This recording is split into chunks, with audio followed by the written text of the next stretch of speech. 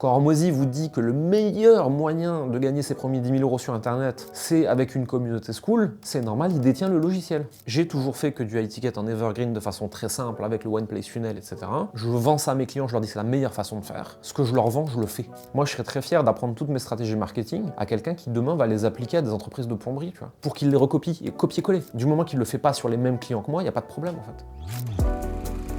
Vous vénérez probablement Alex Hormozy et tous ses compères comme la plupart des gens sur internet, et s'ils sont très intelligents, il y a aussi pas mal de choses qui vous disent pas. Et donc, il faut pas les prendre au mot, c'est ce qu'on va regarder dans cette vidéo.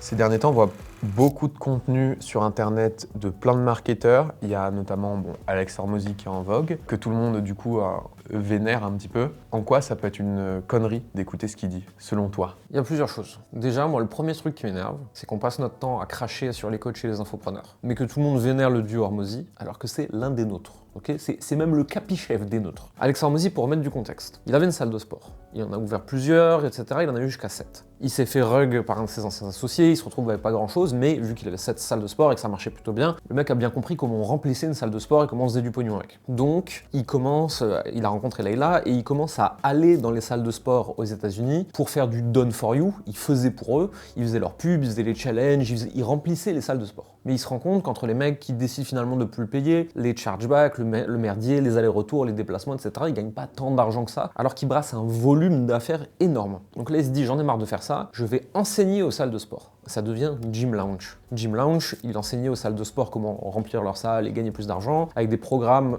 il y avait un challenge gratuit à l'entrée, ou un challenge payant à 100 balles, un truc comme ça. Derrière, il y avait des offres entre 12 et 15 000 balles minimum et qui allaient jusqu'à 60 ou 90 000. Cette boîte fait des dizaines de millions, il lance Alan, qui est un software de lead prospection, et il lance Prestige Labs, qui est une marque de suppléments. Ils revendent tout le gros de ce truc-là à un fonds externe, parce qu'ils ont réussi à s'en extraire un maximum. Et là, ils lancent Acquisition.com, qui est censé être un fonds de private equity, sauf qu'en fait, très vite, ça repose sur la marque de Alex et de Leïla, qui dépensent chacun 250 000 balles par mois en création de contenu, je crois que c'est un truc comme ça, enfin des sommes astronomiques, et qui prennent une part majoritaire dans Skool. Skool, c'est Samovens, c'est un SaaS qui te permet de créer ta plateforme pour mettre ta formation, ta communauté. Donc déjà, on sent que le truc, enfin, il y a quand même un truc. Derrière, Acquisition.com, en fait, ils prennent peut-être 2 ou 3 boîtes dans l'année dont ils rachètent une partie. Le reste du temps, ils font des workshops payants. Donc en fait, ils font des immersions mastermind payantes. Donc en fait, ce mec que tout le monde vénère parce que c'est le dieu de la création de contenu et le dieu du private equity, en fait, c'est un coach mais en mieux. Déjà, j'aimerais qu'on arrête de tout mélanger. Soit vous l'aimez, mais vous pouvez pas me détester sans raison, et pareil pour mes clients, soit vous détestez tout le monde, et ça c'est ok.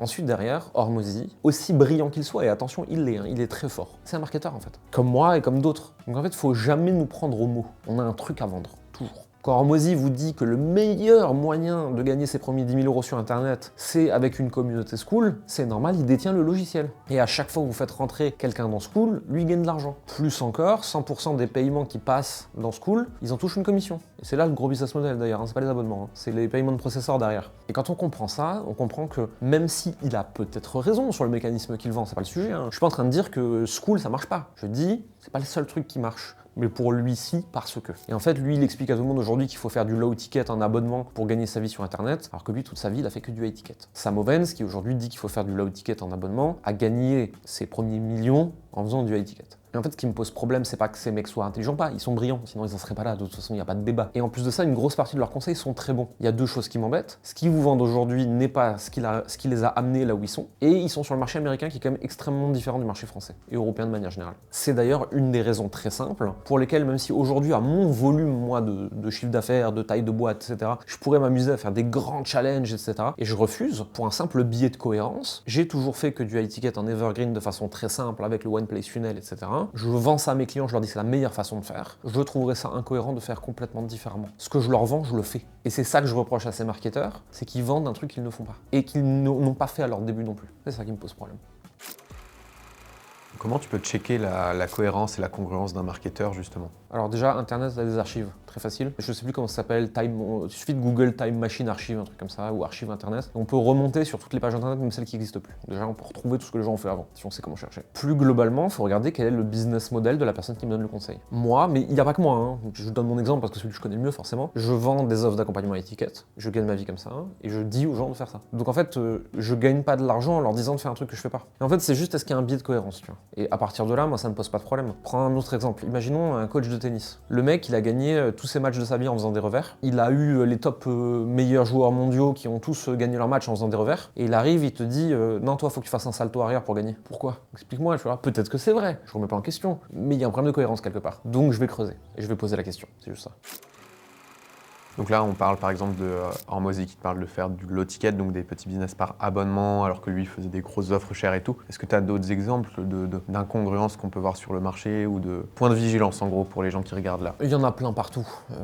Les gens qui vous disent que le meilleur moyen c'est de monter une agence parce qu'ils ont un logiciel sur les agences. Les gens qui vous disent de faire de l'affiliation, qui font de l'affiliation sur vous qui faites de l'affiliation, c'est plus intéressant que quelqu'un qui vend juste du coaching. C'est toujours en fait où est-ce que la personne gagne l'argent. Si elle gagne l'argent de la même façon que ce qu'elle vous vend, moi je trouve ça rassurant. Et après, je suis tout à fait ok avec une personne qui a fait 1 million d'une façon et qui maintenant gagne son argent en m'expliquant comment faire ce premier million. Tu vois, ça ce serait cohérent, j'ai pas de problème avec ça. Mais c'est toujours quel est le track record de la personne en fait. C'est si tel truc a tellement bien marché pour toi, pourquoi tu m'en vends un autre? Alors peut-être que le marché a changé et qu'ils ont raison, possible, hein, mais je vais quand même poser la question. Si le garagiste, je lui ramène ma voiture et qu'il me propose 3 pièces à changer, qui me dit que lui, celle qui me recommande de changer en priorité, c'est la plus chère, peut-être qu'il a raison, attention, c'est peut-être un très bon garagiste, très honnête et qui a raison, c'est peut-être ça qu'il faut faire. Mais je vais quand même questionner pourquoi dans les 3 pièces à changer, il me propose la plus chère. C'est la même chose.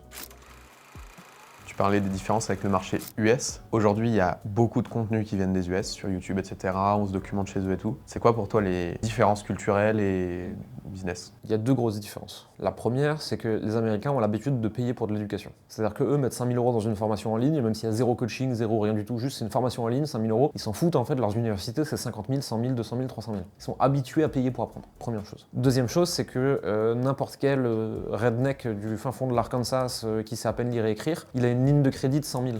Là-bas, ils ont des cartes de crédit, des vraies, adossées avec les assurances maladie et tout. Ils ont minimum 10 000, mais ça peut aller jusqu'à 100 très très facilement. Donc, quelqu'un qui achète à 7 € chez toi, il a le pouvoir d'achat pour acheter à 50 000. Et quelqu'un que tu as au téléphone, il peut pas te dire « je peux pas trouver l'argent ». C'est pas possible. Ou alors vraiment, il est dans une situation tellement précaire qu'en fait, tu n'aurais pas dû l'avoir au téléphone. Quelqu'un qui est déjà surendetté, qui a 3 cartes de crédit max out, bon, vraiment, tu le prends pas en call, tu lui envoies à bouffer quoi. En France, ceux qui achètent à 7 €, c'est parce qu'ils refusent catégoriquement l'idée même d'acheter à étiquette. Et si tu les as au téléphone et qu'ils te disent « j'ai pas d'argent », ça veut dire que dans l'immédiat, ils n'y ont pas accès. Il y a pas tu peux leur dire ce que tu veux, dans l'immédiat ils n'y ont pas accès. Il va falloir qu'ils se posent la question s'ils ont envie de faire du levier bancaire, d'emprunter à la famille, des choses comme ça, tu vois. Si vraiment ils sont déterminés, ils sont sûrs que c'est la meilleure chose pour eux. Toi, il va falloir que tu fasses gaffe parce que tu les encourages à s'endetter et que légalement c'est pas ouf et que en fait c'est pas ton métier. Donc il va falloir quand même faire attention aux disclaimers, organismes financiers, tout ça. Moi j'ai pas le droit de te dire prends un crédit de 2000 balles pour acheter ce produit. C'est pas mon métier de faire ça en fait, j'ai pas le droit, c'est illégal. Et en fait il y a plein de petites spécificités comme ça qui font qu'on peut pas prendre ce que font les US et l'appliquer en France. Et c'est ce que je reproche à tous les marketeurs US qui vendent en Europe, c'est qu'ils oublient ce truc. Et j'ai des preuves de ça. Il y a pas longtemps, on essaie de craquer un truc sur YouTube Ads. On a travaillé avec les meilleurs en France, on se dit bah on va quand même tenter de travailler avec les meilleurs aux US. On les prend, on leur dit attention, le marché français c'est différent. Le mec nous dit non, c'est exactement pareil, faites-nous confiance. Ok,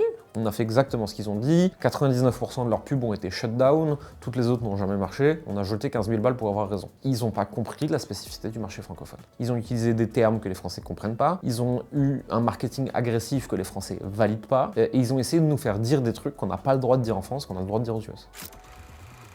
Si on reprend l'idée de tout à l'heure de checker si la personne fait ce qu'elle me vend, en gros, donc par exemple, montrer par l'exemple, je vous apprends à faire ce que je fais. Si on déroule la ficelle, je pense qu'il y a des gens qui écoutent qui peuvent se dire ok, mais du coup, si tu apprends ce que tu fais à des gens qui vont apprendre ce que tu fais, enfin tu vois... on tombe dans les dérives. En fait, tu peux apprendre ce que toi tu fais, mais t'es pas obligé de l'apprendre aux gens qui font le même métier que toi. Nous, statistiquement, dans notre audience de clients, des gens qui font du business coaching, donc sensiblement la même chose que nous, c'est moins d'1%. Et encore, même ceux qui le font, ils sont pas sur les mêmes niches que nous, ils s'adressent pas aux coachs, ils s'adressent à d'autres gens. Il y a des artistes, des gens dans l'artisanat, des choses comme ça, tu vois. Donc en fait, on crée pas un Ponzi où on prend des gens random, on leur apprend à faire notre métier pour qu'ils fassent notre métier, à des gens qui vont... Tu vois, on n'est pas là-dedans en fait. Et d'ailleurs, c'est pour ça que ça m'a été reproché par le passé sur YouTube et j'ai trouvé ça extrêmement malhonnête. Parce que juste en fait, si tu regardes nos clients, 99,9% font pas le même métier que nous. Oui, ils sont coachs, tu vois, mais ils sont coach santé, coach relation, coach 1 million de trucs. C'est comme si tu me disais que je suis un Ponzi parce que j'aide les plombiers et les maçons. Non, d'accord, c'est pas le cas. Bon, bah dans ce cas-là, si j'aide des coachs santé, des coachs relations, des coachs sportifs, bah, c'est pas un Ponzi non plus. Parce que moi, je fais du business coaching, moi, je suis un marketeur à la base. Moi, à la base, je suis un consultant marketing. C'est juste que j'ai packagé ce que je sais d'une nouvelle façon. Donc les bonnes pratiques, c'est incarner ce que tu vends, utiliser tes méthodes en fait. Et en fait, si tu les appliques, tu les apprends à quelqu'un qui fait quelque chose de différent de toi, finalement, il n'y a il n'y a pas de sujet. Et même sur le principe, tu peux l'appliquer à des gens qui font exactement comme toi. Mais qu'est-ce qu'ils ont de différenciant? Ou est-ce que tu es en train de reproduire un Ponzi sur le marché? Si l'existence des gens en dessous de toi est conditionnée à l'existence de gens exactement comme eux en dessous d'eux, là c'est sale. Ça c'est un Ponzi, c'est le principe. Hein. Dès qu'il n'y a plus de nouveaux entrants, le truc s'écroule. Mais si tu vends la même compétence, mais à chaque fois à des gens complètement différents dans des métiers différents, c'est pas un problème. Moi je serais très fier d'apprendre toutes mes stratégies marketing à quelqu'un qui demain va les appliquer à des entreprises de plomberie, tu vois. Même si au début il vient, il sait rien et que c'est moi qui lui apprends toutes mes stratégies pour qu'il les recopie et copier-coller. Du moment qu'il le fait pas sur les mêmes clients que moi, il n'y a pas de problème en fait. Une fois qu'on a dit tout ça, qu'est-ce qu'on fait avec tous ces contenus US qu'on voit partout? On les prend pour ce qu'ils sont, des choses extrêmement bien pour s'aider à voir plus grand, pour se motiver, pour comprendre le marché international. C'était dans un de mes cours de marketing il y a des années, je sais pas d'où ça vient, qui disait Think global, act local. Et en fait, c'est très bien de se former aux US et derrière, en fait, faut prendre un peu de recul et se dire, il y a des spécificités qui sont différentes, je vais juste appliquer les choses autrement, quoi.